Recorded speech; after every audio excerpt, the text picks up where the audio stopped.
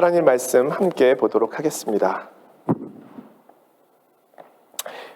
구약의 말씀 이사야서 44장 9절에서 20절입니다.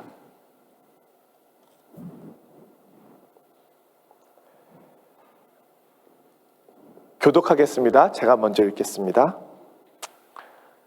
우상을 만드는 자는 다 허망하도다. 그들이 원하는 것들은 무익한 것이거늘 그것들의 증인들은 보지도 못하며 알지도 못하니 그러므로 수치를 당하리라.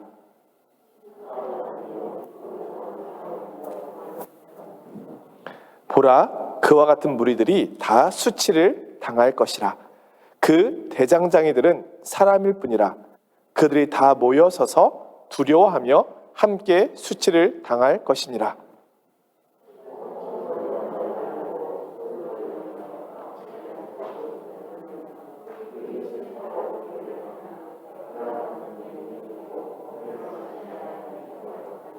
목공은 줄을 늘여 재고 붓으로 긋고 대패로 밀고 곡선자로 그어 사람의 아름다움을 따라 사람의 모양을 만들어 집에 두게 하며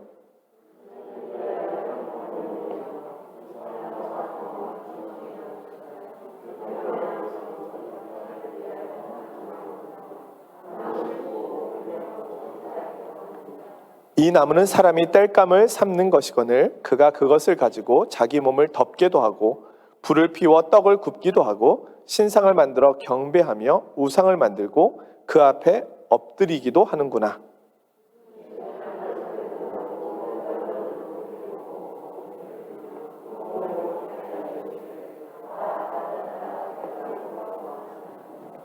그 나머지로 신상 곧 자기의 우상을 만들고 그 앞에 엎드려 경배하며 그것에게 기도하여 이르기를 너는 나의 신이니 나를 구원하라 하는도다.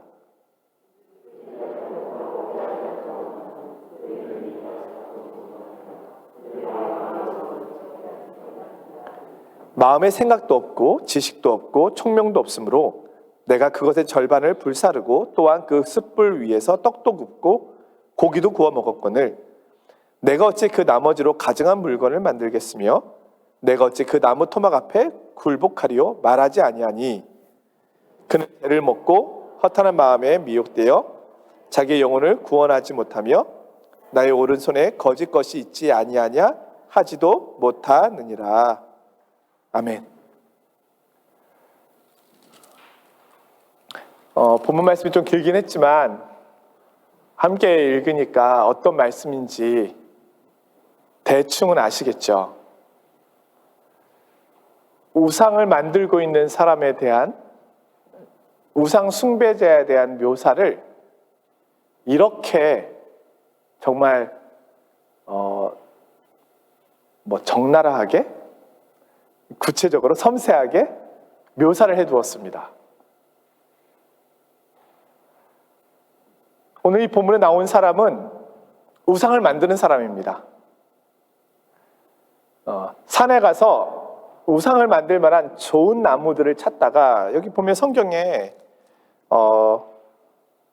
이들이 만드는 나무들이 좀 나오잖아요. 백향목, 이르사나무, 상수리나무. 근데 그것들이 없으면 숲에 아무 나무라도 가지고 와서 깎고 다듬어서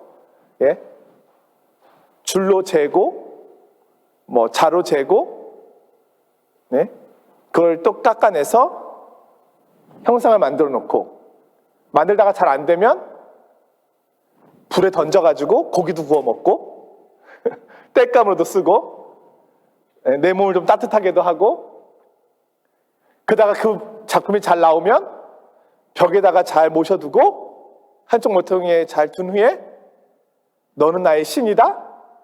나를 구원할 자다. 이렇게 한다는 거예요.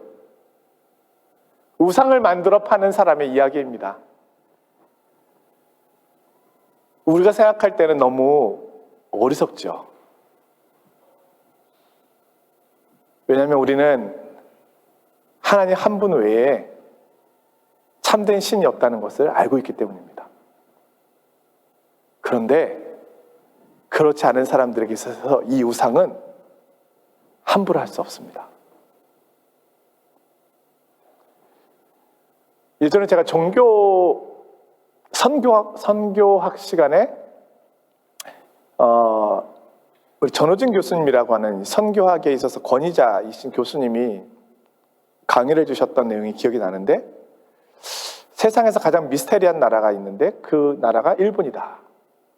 보통 우상을 섬기는 나라는 못 살게 되어 있는데 일본이란 나라는 이상하게 경제적으로 잘 산다. 그건 사실 설명하기가 어렵다. 일본에는 1억 2천만의 인구가 있는데 그들이 섬기는 우상 수는 1억 4천만이다. 아시잖아요. 신사. 조상신이 다 신이 되는 것이고, 거기에 뭐 나무신, 돌신, 뭐 아무튼 다 신입니다. 집마다 신당을 꾸며놓고, 그러면서 그들에게 복을 비는 거죠. 나를 지켜줄 자다. 자, 우상과 하나님 무슨 차이가 있을까요? 물론 우상은 죽은 자죠. 예? 살아있는 존재가 아니죠. 인격이 아니죠. 예? 하나님은 살아계신 분이죠. 이것도 큰 차이가 있죠. 그럼 하나님이 살아계시다고 하는 것이 우리에게 어떤 의미가 있을까요? 우상은 죽어있는 존재고, 단지 내가 복을 빈다고 해서 그냥 마음의 위안을 받을 뿐이지 실제로 우상이 나에게 복을 줄 수는 없잖아요. 근데 하나님은 살아계신 분이죠. 우리에게 복 주시는 분이시죠.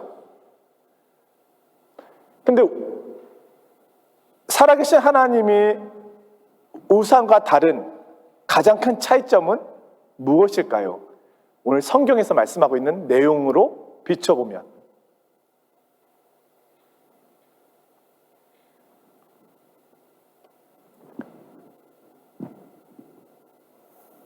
뭘까요?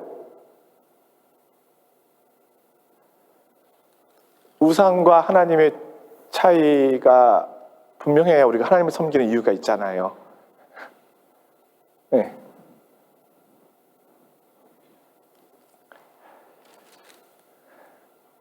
오늘 성경에서 가장 분명하게 이야기하고 있는 것은요, 우상은 장래일을 말하지 못합니다. 예언하지 못합니다. 그리고 그 예언이 성취되지 않습니다. 우상은 예언자들을 보내지 못합니다. 왜냐하면 그게 그런 역사를 주관할 만한 힘이 없잖아요. 우상이 나의 생명을 주관할 수 있습니까? 나의 인생을 주관할 수 있습니까? 이 세상의 역사를 주관할 수 있습니까? 없잖아요. 잠깐의 나의 위안을 주는 대상으로 내가 삼을 수는 있지만, 그가 내 인생에서 나의 미래에 대하여, 나의 장래에 대하여,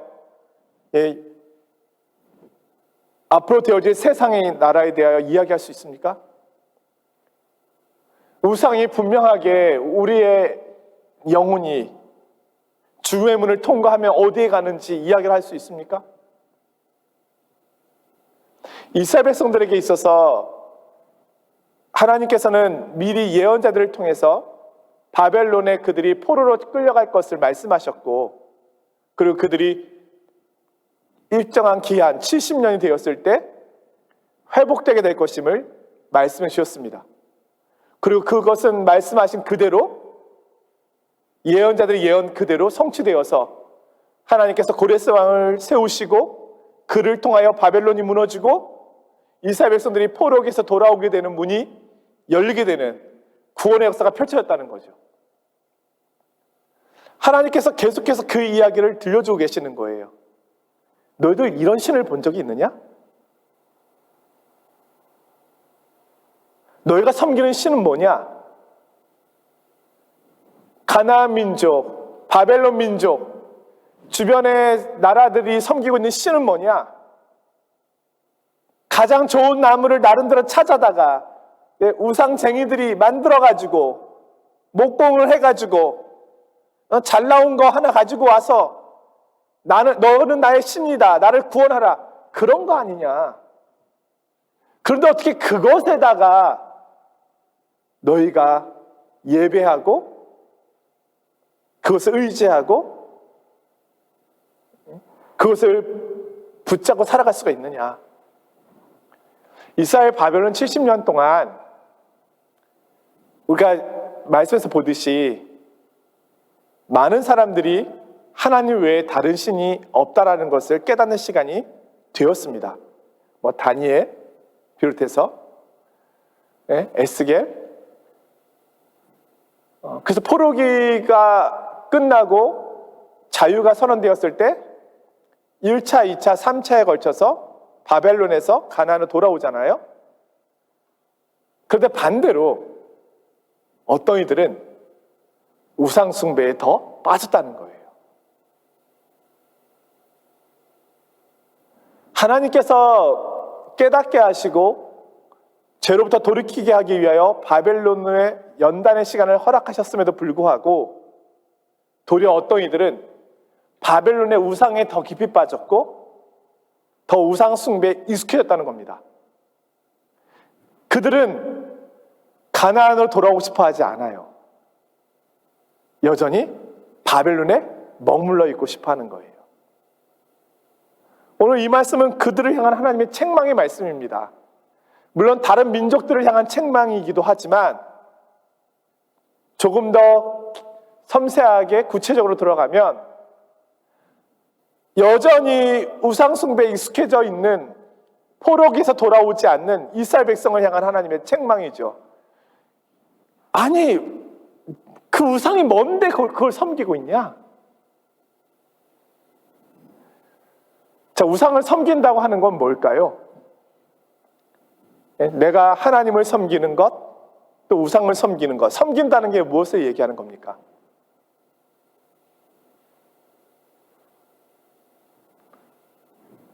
우리가 하나님을 예배한다? 좋은 표현은 아니지만 우상을 예배한다라고 할 때, 자, 예배한다고 하는 것이 무엇일까요? 다른 말로 표현하면 그 우상을 위하여 나의 시간과 나의 물질과 나의 노력과 나의 수고를 쏟는 것입니다. 우리가 하나님을 예배한다는 것은 하나님을 위하여 나의 시간과 나의 물질과 나의 봉사와 내가 할 수 있는 모든 것을 쏟는 거예요. 그것이 예배하는 거잖아요. 주일에 교회 와서 찬양하고 말씀 듣고 가는 것만이 예배는 아니잖아요. 그거는 가장 최소한이죠. 그것도 안 하는 종교가 세상에 어디 있습니까? 예? 여러분 불교를 가보십시오. 그 절하는 거 보세요. 예? 1000배, 10,000배. 우리가 하는 거 아무것도 아닙니다. 제가 예전에 신림동에 살았거든요. 관악산에 자주 갔습니다. 관악산에 가면 유명한 절이 있거든요. 연주암. 예? 거기 오는 사람들이요, 일반 사람들도 거기 보통 올라가는데 2시간 걸리거든요. 힘들어요. 670m 정도? 힘들거든요. 그런데 연세 드신 분들, 아주머님들 새벽 3시에 올라옵니다. 우리 40일 기도하잖아요. 거기 100일 기도예요. 100일 공양. 수능 수험생들을 위한 100일 공양. 이렇게 하면은요, 그 자리가 꽉 찹니다. 우리 아무것도 아니에요. 왜냐하면 자신들이 원하는 것을, 물론 불교가 철학이지 엄밀하게 얘기하면은 우상을 섬긴다고 얘기할 수는 없죠. 그건 별짓된 거지만 아무튼 그렇게 공덕을 쌓아야 뭔가 이루어질 것이라 생각하고 그런 마음으로 그렇게 하거든요. 시간을 들이고 물질을 들이고 모든 것을 다 쏟아내면서 어떻게든 복을 받기 위해 노력하는 거예요. 그게 섬기는 거예요. 우상을 섬긴다는 것이 단순히 그냥 집에다가 상 하나 딱 갖다 놓는 것을 이야기하는 것이 아닙니다. 그렇게 해서 어떻게 우상으로부터 복을 받을 수 있겠어요? 가장 좋은 우상을 살 것이고 가장 예쁘고 잘 다듬어진 거, 그렇죠? 멋진 나무.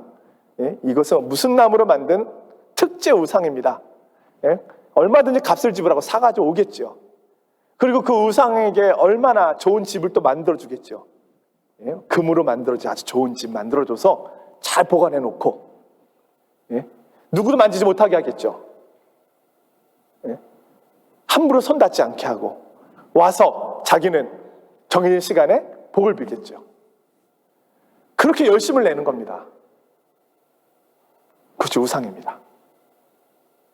근데 이 우상이 우리의 영혼을 지켜줄 수 있습니까? 일시적인 마음의 위안을 스스로 가질 수는 있을지 모르나 그는 나에게 어떤 것도 줄 수 없습니다. 나의 미래를 책임질 수 있습니까? 이 역사를 주관할 수 있습니까? 아니요. 근데 이스라엘 백성들이 여기에 넘어져 있는 거예요. 왜 그럴까요? 물론 주변 민족의 영향들도 있겠지만 보이지 않는 하나님을 섬기는 것보다 보이는 무언가를 의지하고 바라보는 것, 그리고 주변 민족들이 그렇게 살아가고 있는 모습이 뭔가 있어 보이잖아요. 그러나 어리석은 거죠. 그것을 아무것도 우리를 위하여 줄 수 있는 것이 없습니다. 근데 여기서 말하는 우상은 단순히 나무로 만든 것만 의미하는 것은 아닙니다. 앞서 말씀드린 것처럼 내가 지금 마음을 쏟고 있고 물질을 쏟고 있고 몸을 다하여 섬기고 있는 것이 있다면 그것이 우상입니다. 때로 그것은 권력이 될 수도 있고, 때로 그것은 물질이 될 수도 있고, 때로 그것은 자녀가 될 수도 있고, 때로 그것은 나의 건강이 될 수도 있고, 나의 노후에 대한 두려움이 될 수도 있고, 내가 가장 많이 생각하고 가장 많이 투자하고 있는 그것이 나의 우상이 될 수 있습니다. 그것을 결국 내가 그거에 경배하고 있다는 것이거든요. 현대인에게 있어서는 사실은 우상이 나무나 돌 이런 것을 의미하는 것만은 아니죠. 그런 것도 당연히 있겠지만, 그러나 현대인에게 있어서 가장 큰 우상이라고 하면 그것은 물질이요, 어떻게 보면 이 세상에서의 삶에 대한 성공과 명예, 권력에 대한 욕망이겠죠.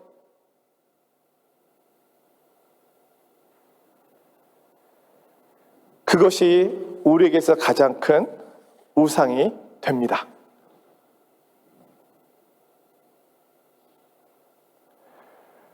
근데 이 우상이 외부에만, 이 세상에만 있지 않고 때로는 교회 안에도 들어올 수 있습니다. 내가 하나님을 섬김에 있어서 하나님보다 내가 크면 내가 우상입니다. 아니, 하나님이 큽니까? 내가 큽니까? 하나님이 크시잖아요. 이거 비교할 수 있는 게 아니잖아요. 근데 우리가 하나님과 맞짱 뜹니까? 어떤 분들이 그런 표현 가끔 쓸 때 있거든요. 말이 됩니까? 그건 자기가 우상이 된 거죠. 하나님 앞에 질문을 할 수 있겠죠. 근데 따질 수 있습니까? 자녀가 부모님께 따져도 기분이 안 좋은데 우리가 하나님께 따진다고요? 철없을 때는 하나님이 눈 감아 주시겠지만 평생 그렇게 한다면 하나님도 책망하시겠죠. 그만해라. 너는 너를 섬기고 있구나. 하나님을 향하여 원망을 한다. 하나님이 원망의 대상이 될 수 있습니까? 인생에 대한 주권이 하나님께 있다고 해서 하나님이 하실 일에 대하여 우리가 모르는 것에 대하여 의문을 가질 수 있고 그것 때문에 괴로울 수는 있겠지만 그러나 원망할 수 있습니까?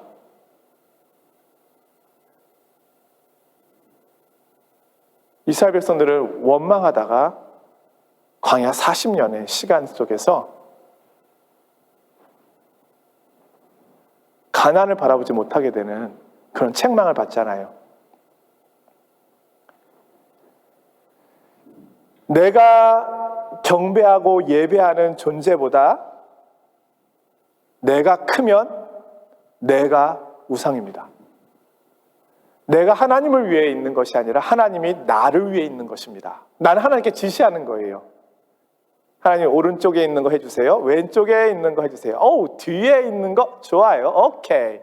하나님 이렇게 해주시면 제가 이렇게 하죠. 도대체 누가 지시를 하고 누가 명령을 하는 겁니까? 그거는 우리가 하나님을 우상으로 섬기고 있는 겁니다. 우상 숭배자들에게 있어서 특징은 자기가 사실은 우상인 거거든요. 그래서 우상을 이용하는 거잖아요. 우리가 그럴 수 있다. 참된 하나님의 자녀들은 하나님의 말씀을 듣는 사람입니다. 듣고 그 말씀에 귀를 기울이고 그 말씀을 따라가려고 하는 사람입니다. 물론 다 이해되지 않고 그럴 수 있죠. 그러나 그분을 신뢰하는 것입니다.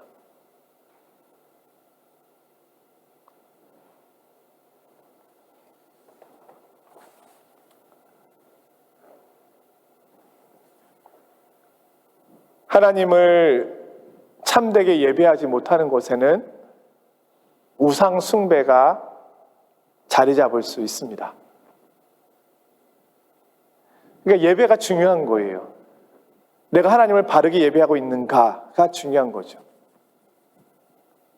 내가 하나님의 말씀을 바르게 듣고 있는가, 바르게 기도하고 있는가가 중요합니다. 물론 우리 이전의 세대에서는 구하라 찾으라 두드리라 이런 것에 대해서 너무나 많이 들어왔고 하나님은 구하면 주시는 분, 찾으면 찾게 하시는 분, 두드리면 열어주시는 분 여기에만 우리가 귀를 기울였던 것이죠. 당연히 하나님은 그렇게 행하시는 분이시죠. 말씀에 기록된 것처럼.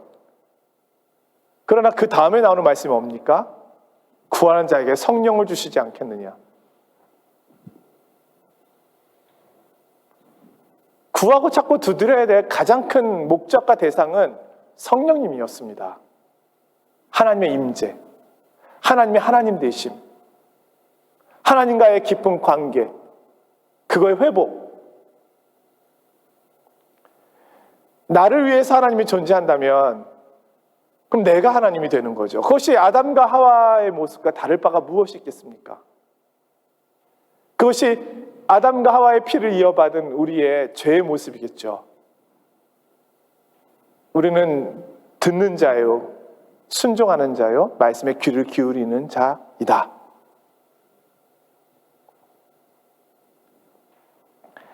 그래서 오늘 우리는 하나님을 바르게 예배하는 자리로 나아가야 한다. 날마다.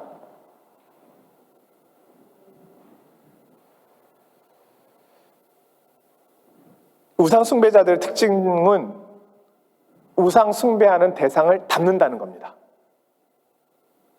이것이 놀라운 특징입니다. 내가 물질을 숭배하면 나에게 탐욕, 물질을 닮아갑니다. 탐욕을 닮아가는 거예요.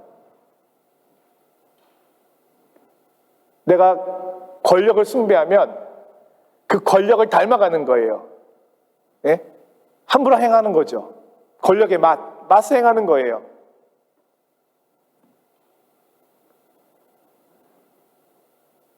자신의 모습이 헛된 모습으로 흘러가는 겁니다. 욕심이 흘러가는 것이죠. 그러나 우리가 하나님을 바르게 예배하면 하나님을 닮아갑니다. 하나님의 온유하심, 하나님의 사랑, 하나님의 진실하심, 하나님의 참되심, 하나님의 아름다우심.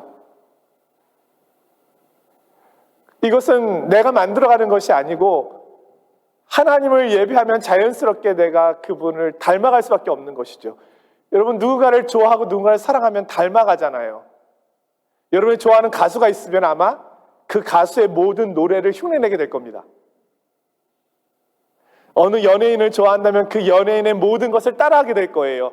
그 연예인이 갔던 맛집도 찾아다닐 것이고 그 연예인이 입었던 옷도 입게 될 것이겠죠. 그 연예인이 좋아했던 것들은 다 하고 싶을 것입니다. 닮아가는 거예요. 내가 하나님을 섬기고 있다면 무엇으로 나타나느냐? 하나님을 닮아가는 모습으로 나타나는 거죠. 우리 주님께서 이럴 때 이렇게 인내하셨지. 우리 주님께서 이럴 때 이렇게 기도하셨지. 우리 주님께서 이럴 때 이렇게 말씀하셨지. 우리 주님께서 이럴 때 이렇게 순종하셨지. 우리 주님께서 이럴 때 십자가의 길을 이렇게 걸어가셨지. 그분을 닮아가는 겁니다. 그래서 그리스도인의 모습이 나타나게 되는 거죠. 지금 이스라엘 백성들이 하나님을 닮아가야 될 그들이 지금 매를 맞고 아픈 몸만 움켜쥐고 여전히 아직도 헛된 것에 마음을 빼앗기고 있습니다. 하나님께서 그들을 향하여 진정한 신이 누구인지를 말씀해 주고 계십니다. 이스라엘의 미래를 말씀해 주시고 이스라엘의 미래를 설명해 주시고 이스라엘의 삶을 해석해 주시고 그것게 하실 수 있는 분이 누구인가? 나 외에 누가 있겠는가? 바벨론 70년의 시간을 해석해 줄 수 있는 신이 누가 있습니까?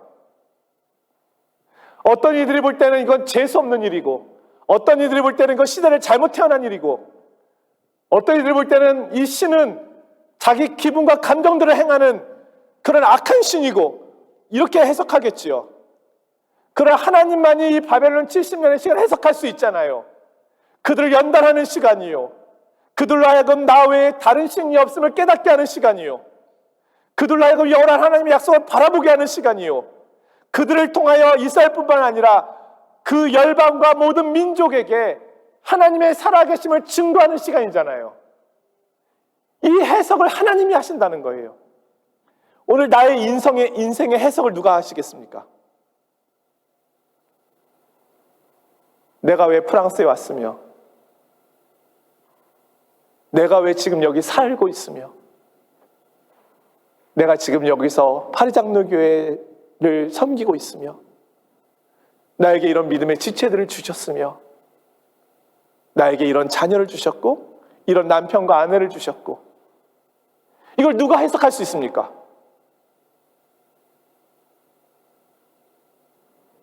하나님 한 분밖에 없습니다. 그분은 내 인생의 주권자이시오 모든 인류의 역사의 주관자이시고 내 삶의 주인 되시며 나를 만드신 분이시오 지금 나를 빚어가시는 분이시고 나를 영원부터 영원까지 인도하시는 유일하신 살아계신 참 하나님이십니다. 그러니 나를 누구에게 비유하겠는가? 오늘 하나님 그렇게 말씀하고 계시는 겁니다. 오늘 우리는 너무 분명합니다. 하나님 외에 내가 섬길 존재는 없습니다. 나는 나도 섬기지 않습니다. 나는 물질도 소중하고 의미 있고 필요한 것은 알지만 숭배와 경배 대상이 될 수 없다는 것을 압니다. 나의 건강도 너무 중요하고 꼭 필요한 것인 줄 알지만 그러나 그것 또한 숭배의 대상이 될 수 없다는 것을 압니다. 내게 있는 어떤 것도, 사랑하는 남편과 아내조차도 사실은 나의 예배의 대상이 될 수는 없는 거죠. 내가 마음을 드리고 몸을 드리고 물질을 드리고 모든 것을 다하여 섬길 수 있는 유일하신 분은 살아계신 하나님, 나의 모든 것 되시는 그분밖에는 없다. 이 믿음의 고백을 가지시고 우리 인생의 여정을 주님과 함께 힘있게 더 힘써 달려가시기를 주님의 이름으로 축원드립니다.